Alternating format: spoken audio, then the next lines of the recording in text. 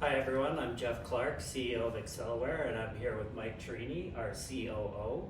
And I thought we would just give you an update on what's been going on at Acceleware since we announced our new focus strategy. Thanks, Geoff. It's great to be here. Great time to provide an update to everybody. So here at Acceleware, we have been laser focused on generating near-term revenue and sustainable cash flow. And we see that urgency reflected in every decision and action we make.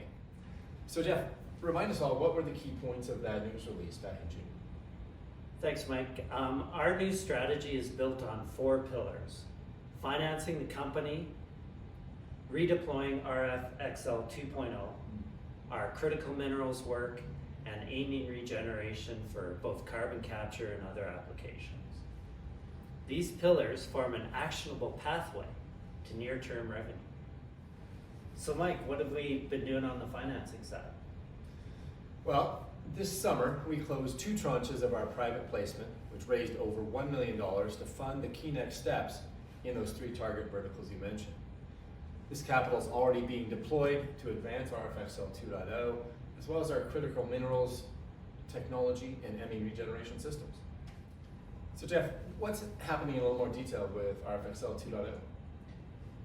Well, RFXL 2.0 is ready for deployment. So the next step for us is actively pursuing farm-in and joint venture agreements. And we're talking to at least 4 firms, about 5 different plays in both Alberta and Saskatchewan. And these firms are both large and small, but the common thread with all the plays that we're talking about is they have to be an ideal fit for RFXL 2.0. And we're not just looking for a great place to do the pilot. What we're really looking for is some runway to do multiple well deployments in the future so that we have a sustainable cash flow. And that takes time. And so we're being very deliberate about these plays that we want to do farm-ins and joint ventures with. Okay. But we're making progress. And it remains our goal to still have an RFXL 2.0 compliant well drilled in early 2026. And as always, we'll make sure that we have non-dilutive financing in the form of either industry participation or government grants for that deployment. Mike, we're also working in mining and amine regeneration, so what's happening there?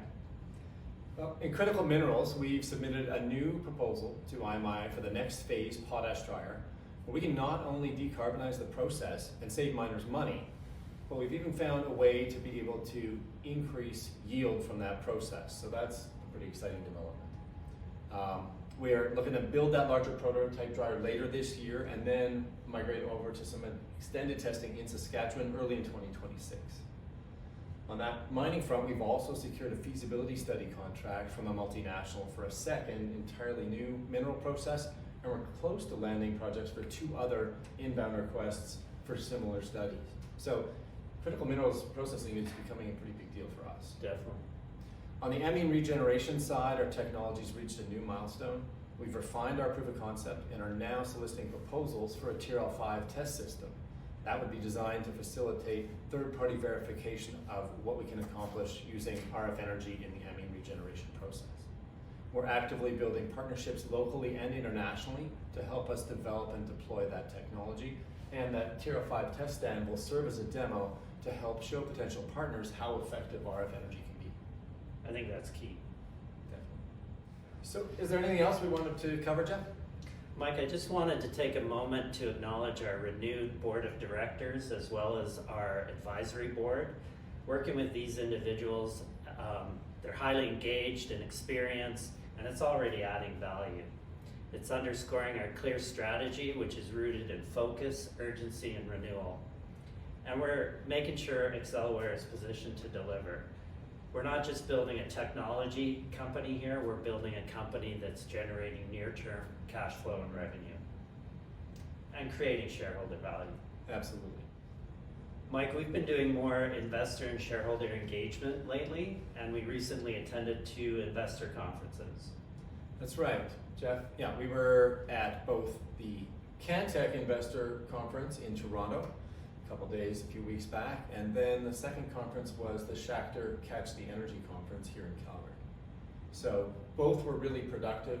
We had a good chance to meet with a really wide mix of retail investors, analysts, and industry players. So we were able to not only build some awareness and interest from the investor market, but we were also able to strengthen relationships and pursue some of those farm-ins and other discussions with players in the oil space.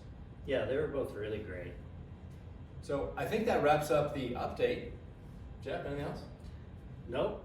Thanks for joining me, Mike. Absolutely, Geoff. Hope everybody stays tuned for more updates. Take care.